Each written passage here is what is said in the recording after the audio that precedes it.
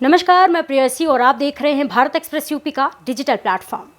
उत्तर प्रदेश के संभल में हुई हिंसा और उसकी जांच समिति की रिपोर्ट ने प्रदेश की सियासत में तहलका मचा दिया है।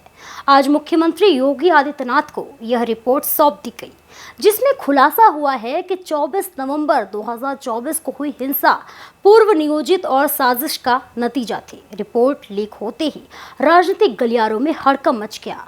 जांच समिति की रिपोर्ट में कहा गया है कि संभल आज़ादी के बाद से अब तक 15 बड़े दंगों का सामना कर चुका है।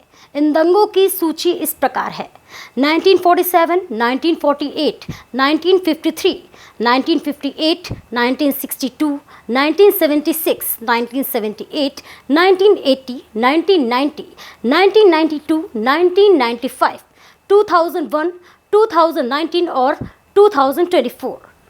रिपोर्ट में ये भी खुलासा हुआ है कि इन दंगों और तुष्टीकरण की राजनीति के चलते संभल की डेमोग्राफी में बड़ा बदलाव आया है। आज़ादी के समय संभल नगर पालिका क्षेत्र में 55% मुस्लिम और 45% हिंदू थे। लगातार दंगे और राजनीतिक हस्तक्षेप के चलते हिंदुओं की संख्या घटकर मात्र 15% से 20% रह गई, जबकि मुस्लिम आबादी करीब 85% हो गई है। संभल हिंसा रिपोर्ट पर प्रतिक्रिया देते हुए अयोध्या हनुमानगढ़ी के महंत राजू दास ने कहा, एक समय संभल में 45% हिंदू थे, आज वहां हिंदुओं की संख्या केवल 15% रह गई है। यह समय आँख खोलने का है और अपनी चेतना जागृत करने का है।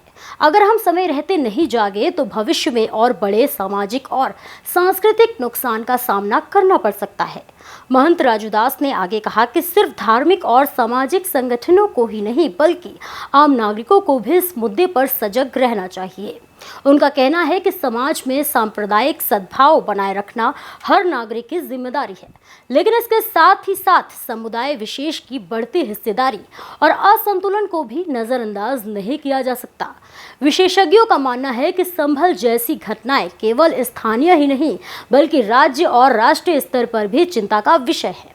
पिछले दंगों के पैटर्न को देखकर यह स्पष्ट होता है कि पूर्व नियोजित हिंसा और सांप्रदायिक तनाव ने हमेशा समाज में भय और असुरक्षा की भावना पैदा की है।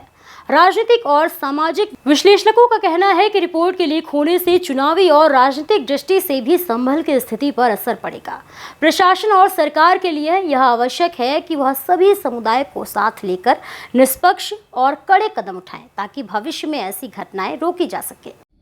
संभल प्रकरण पे आज जो रिपोर्ट पेश होना था माननीय मुख्यमंत्री जी को, उसमें से कुछ विषय लीक हुआ है।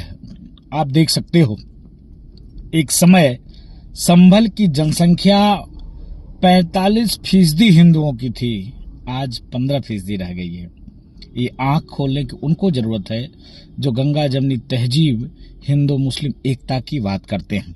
और उस रिपोर्ट में और भी खुलासे हुए हैं, कैसे हिंदुओं का यहाँ से पलायन कराया जाए, कैसे हिंदुओं को प्रताड़ित किया जाए, कैसे जहाँ हिंदू चार घर है वहाँ कैसे दंगे किए जाए, ये सारे के सारे उस रिपोर्ट में आया है। कितनी दुर्भाग्य की बात है। मैं पूछना चाहता हूँ कि जो लोग हिंदू मुस्लिम एकता की बात करते हैं वो लोग क्यों चुप हैं, क्यों मौन हैं? आज देखिए पश्चिम बंगाल में, चाहे वो मुर्शिदाबाद हो, चाहे वो संदेश खाली हो, हिंदू की ही प्रताड़ना होती है। और उत्तर प्रदेश में भी जहां जहां मुसलमानों की जनसंख्या ज्यादा है वहां और कौम और मजहब और संप्रदाय का व्यक्ति नहीं रह सकता है। इसका प्रत्यक्ष प्रमाण संभल है। संभल की यह रिपोर्ट हमें याद दिलाती है कि समाज में सामूहिक चेतना और सतर्कता कितनी जरूरी है।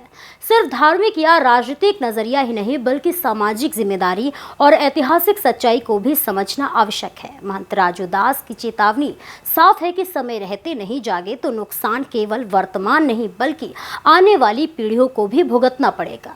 संभल जैसे शहरों में सांप्रदायिक संतुलन और सामाजिक सौहार्द बनाए रखना आज हर नागरिक की प्राथमिक जिम्मेदारी है। ऐसे ही और भी उत्तर प्रदेश की बड़ी खबरों को देखने के लिए देखते रहिए भारत एक्सप्रेस यूपी का डिजिटल प्लेटफॉर्म।